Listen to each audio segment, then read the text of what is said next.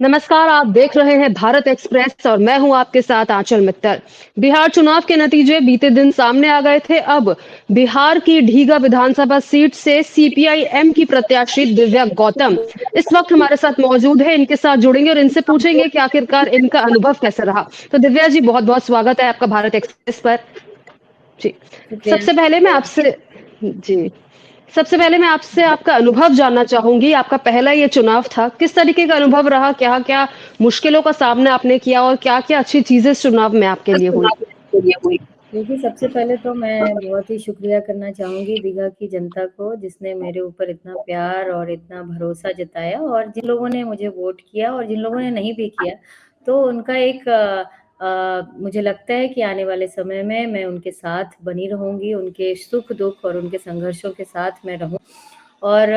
आने वाले समय में और एक बेहतर दीघा के लिए, बेहतर बिहार के लिए हम संघर्षरत रहेंगे। जी।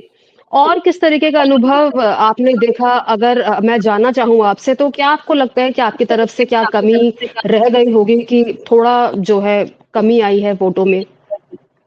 देखिए पिछली बार जितने वोट्स हमें आए थे उससे ज़्यादा वोट्स आए हमें, और ये दिखाता है, और साथ में जो सारी मशीनरी अगर कोई इस्तेमाल करना करना चाहे, और जिस तरह की चीज़ें सामने आ रही थीं, चाहे वो एसआईआर के कारण बहुत लोगों के नाम काटे गए, साथ में जो 30,000 करोड़ रुपए जो बाँटे गए थे, तो ये भी एक आचार संहिता और एक एथिकल पॉलिटिक्स के अगर आप कहें तो वो एक गलत गलत एक मैसेज गया है, और हम और भी चीज़ें जो हुई हैं, कोई गैप अगर रहा है तो उसके ऊपर हम लोग चिंतन करेंगे, हम लोग बात करेंगे। लेकिन ये पूरी तरह से जिस तरह से सारी मशीनरी का, सारे स्टेट मशीनरी का जो इस्तेमाल किया गया, उससे जो एक डेमोक्रेसी में जो एक सबके लिए लेवल प्लेइंग फील्ड होना चाहिए, उसका भी आप देख सकते हैं कि बुरी तरीके से इन लोगों ने बहुत ही अब्यूज़ करने का कोशिश किया है, जो भी पावर इनके पास थे। जी, इसी बीच हमारे साथ हमारे सलाहकार संपादक विशाल तिवारी भी मौजूद है। विशाल जी, आप इस चुनाव को किस तरीके से देखते हैं और ढींगा विधानसभा सीट को लेकर आप क्या कहना चाहेंगे? नहीं मुझे लगता है कि दिव्या जी यहाँ पर हैं वो, क्योंकि हम लोग उनसे ही हम लोग बातचीत करने के लिए यहाँ पर अच्छा दिव्या, हम ये आपसे जानना चाह रहे थे कि सीपीआईएमएल का जो पूरा प्रदर्शन जो रहा ओवरऑल, तो वो बड़ा निराशाजनक र- रहा है। मतलब इसको किस तरीके से आप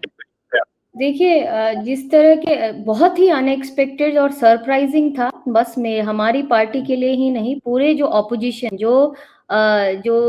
जिनको ये पता ही नहीं चला कि ये क्या हुआ, इट्स वेरी शॉकिंग। और अ, अब इसको लेकर के हम लोगों ने जो देखा कि जिस तरह से ये चुनाव अनाउंस होने के बाद भी पैसे अकाउंट में भेजे गए, एसआईआर से बहुत लोगों के नाम काटे गए, तो 25-25 लाख लोगों को लाया गया, बोगस वोटिंग कराई गई। तो ये बहुत सारी चीज़ें जो है वो शामिल है। अगर हम इस तरह से देखें तो कई कई जगह पे जो हमारे जो कैंडिडेट्स हैं बहुत कम वोट से भी हारे हैं, और इसमें इसमें अगर आप कहें, मैंने जो अभी इनसे कहा कि एक लेवल प्लेइंग फील्ड जो डेमोक्रेसी में होना चाहिए, वो पूरी तरह से धनबल, बाहुबल और अपने पूरे स्टेट मशीनरी का जो इस्तेमाल किया, जीविका का जो इस्तेमाल किया गया, वो मैं खुद जीविका में काम की हुई थी। पिछले इलेक्शन में मैं इलेक्शन भी करवा रही थी, और पूरे जो जीविका का किस तरह से इस्तेमाल किया जाता है वो मैंने बहुत ही करीब से देखा कि जो उनको अवेयरनेस के नाम पे, कि हम लोग अवेयरनेस में स्वीप वाले कार्यक्रम में उनको लगा रहे हैं, हर तरह से उनका इस्तेमाल किया गया। इस बार तो और ही ज़्यादा किया गया कि जीविका में जो महिलाएं थीं उनको डराया गया कि 10,000 जो दिया गया है वो वापस भी लिया जा सकता है अगर हमारी सरकार ना आए। तो ऐसी जो राजनीति, अगर आपने आपने जो महिलाओं को पैसे दे करके उनके आवाज को बंद करने की जो कोशिश की, ये सब सब कुछ दिखा। और आप जो ये हमें नहीं लगता है कि किसी के भी अगर इतनी प्रचंड बहुमत से जीत थी तो अगर जनता अभी बहुत खुशी मनाती हुई दिखती, लेकिन खुशी बस पार्टी ऑफिसों में नजर आ रही है। जनता के बीच ऐसी कोई प्रचंड खुशी तो हमें नहीं नजर आ रही है। ये खरीद फरोख्त की जो राजनीति इन लोगों ने की है और भी जो चीजें हम लोगों से भी जो कमियां रही होंगी, इसको लेकर के हम लोग चिंतन करेंगे, हम लोग बैठेंगे और आने वाले समय की जो रणनीति है उसको भी तैयार करेंगे। कहते थे एक सवाल जो आपने महागठबंधन अभी में कहा आज कि आप लोगों की तरफ से कोई दिव्या, जी हम ये आपसे जानना चाहेंगे कि मोटे तौर पर जो महागठबंधन जो आपस में केमिस्ट्री रही, लोग कह रहे हैं कि उसका भी इम्पैक्ट पड़ा है इस चुनाव पर। इससे आप कितनी सहमत हैं? देखिए, ये इन चीज़ों को लेकर के भी हमें लगता है कि हमें बैठना चाहिए कि क्या जो कोऑर्डिनेशन की बात आप कर रहे हैं, इसमें अगर कोई कमी रही है तो बिल्कुल हम लोगों को इसको दुरुस्त करने की ज़रूरत है और आने वाले समय में बेहतर कोऑर्डिनेशन आपको देखने को मिलेगा। लेकिन ये वजह तो बिल्कुल हमें नहीं लगता है कि ये एक वजह की वजह से ऐसी प्रचंड बहुमत मिल सकती है। ये पूरी तरह से जो पैसे का इस्तेमाल करके, खरीदने का इस्तेमाल करके और जो ये बी टीम जो खड़े किए ये लोग हर जगह से वोट काटने वाली जो पार्टी जो उनको फाइनेंस करने की जो कोशिश की गई, बहुत सारी चीजें हैं। तो ऑब्वियसली आपने जो कहा उस पे भी हमें बैठना चाहिए, हमें बातचीत करनी चाहिए अगर ऐसा है तो। लेकिन हमें नहीं लगता कि बस इसी वजह से चीजें इतनी आउट ऑफ कंट्रोल हो जाए, ये तो नहीं है। जनता के बीच में जो लोगों के मन में जो चेंज की जो आकांक्षा थी, वो हम लोग साफ साफ हर गलियों में हम घूमे हैं, हमने देखा है। हमने तो इस तरह का प्रचंड उन लोगों के लिए सपोर्ट तो हमने नहीं देखा, शायद मुझे दिख ना रहा हो, लेकिन आप लोग भी फील्ड में गए होंगे, तो क्या आप ऐसा लग रहा था कि ऐसा प्रचंड इनके ऊपर फेथ है और इस तरह से लोग इनको चाह रहे हैं? हमें तो नहीं दिखा कहीं भी। अच्छा, एक मेरी ओर से आखिरी सवाल आपसे ये रहेगा कि आगे जैसे आपने कहा एक लेवल प्लेइंग फील्ड कहीं दूसरी स्टेट मशीनरी इन्वॉल्व चुनाव, जैसा कि आप कह रही हैं, तो अब आगे क्या स्टेप आप लोग सोच रहे हैं कि भाई इसको किस तरीके से आप लेकर सामने आएंगे कि भाई कल ही अभी चुनाव का रिजल्ट आया है, अभी कोई प्रेस कॉन्फ्रेंस जो है वो महागठबंधन की तरफ से नहीं हुआ है। Obviously we will have a meeting और इन सारी चीजों के ऊपर जीविका का जो अब्यूज किया गया, महिलाओं के का संगठन जो उनके बेहतरी के लिए बनाया गया था कि उनको गरीबी से मुक्ति किया जाए, उनको पॉलिटिकल इस्तेमाल जो किया जा रहा है, इनके ऊपर भी हम लोग बात करेंगे। हम लोग जो भी चीजें सामने आ रही हैं, SIR का जो वोट काटने की जो बात है कि कितने 65 लाख से ज्यादा लोगों के नाम काटे गए हैं, तो इन सारी चीजों को लेकर के हम लोग बैठेंगे, बात करेंगे और जो भी कॉमन कंसेंसस आता है तो वो प्रेस कॉन्फ्रेंस के जरिए, महागठबंधन के जो प्रेस कॉन्फ्रेंस होंगे उनके जरिए आप लोगों को जानने को मिलेगा। एक आपसे आखिरी सवाल मेरी ओर से ये रहेगा, ये एक निजी सवाल है कि भाई पहला चुनाव था आपका, है ना? पहले भी आप छात्र राजनीति रही थी, पहला चुनाव था। एक सकारात्मक और एक नकारात्मक एक पॉइंट अगर कोई आपके जहन, क्योंकि लोगों की निगाहें थी आपके ऊपर, खासकर मीडिया, सोशल मीडिया, हर तरीके से लोग, तो क्या रहा आपका अनुभव, एक सकारात्मक और एक नकारात्मक क्या? देखिए, वो सकारात्मक मैं बोलूंगी कि इतने कम समय में लोगों ने जो जितना प्यार मुझे दिया, जितना एक रिस्पेक्ट दिया, और जो लोग भी अभी उनको समय लगेगा शायद भरोसा करने में, लेकिन उनका एक बहुत ही पॉजिटिव सा मुझे लगा कि उनका एक चेंज को लेकर के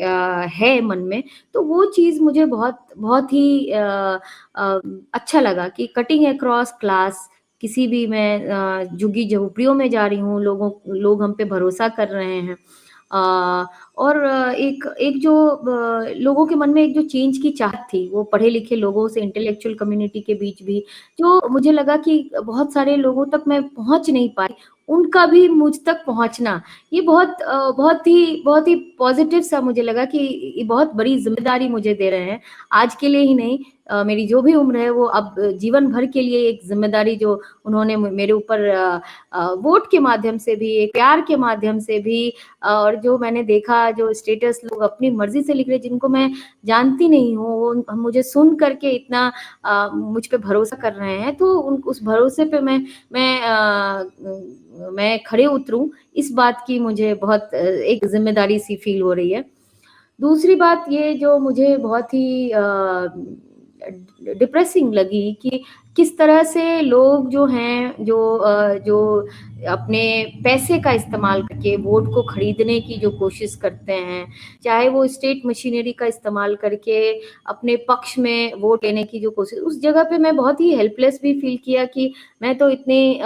ना ही मैं उस तरह की पॉलिटिक्स करना चाहती हूँ कि पैसे दे करके खरीदा जाए, वोट खरीदा जाए, और तरह तरह की मैनेजमेंट की जो कंपनियां मुझे दिखी, मैं जब जैसे ही मेरा नॉमिनेशन होता है, कई सारे पॉलिटिकल मैनेजमेंट, ये सब चीजें मुझे नहीं पता थी, लेकिन ये आईपैक और शांत किशोर के आने के बाद ये पूरी तरह से मैनेजमेंट हो गया है, और ये पूरी तरह से मुझे लिस्ट दे रहे थे कि इतने लाख में इतने मैनेजमेंट्स हो जाएंगे। इन सब चीजों से मुझे लगा कि जो कॉमन लोग हैं, जो सच में लोगों के बीच आना चाहते हैं, उनके बीच काम करना चाहते हैं, और इतने संपन्न नहीं हैं, और इतनी संपन्नता की जरूरत भी नहीं है, वो कैसे चुनाव लड़ेंगे? ये जो इतना ज्यादा कॉर्पोरेटाइजेशन जो पॉलिटिक्स का हो रहा है, और दूसरी बात ये कि इस तरह से जो हर मशीनरी का जो सत्ता के जो लोग हैं, वो किस तरह से इसे इमोशन का इस्तेमाल करके और पैसे खर्च करके, अपने तंत्रों का इस्तेमाल करके, इवन ब्यूरोक्रेट्स का इस्तेमाल करके अपने पक्ष में एक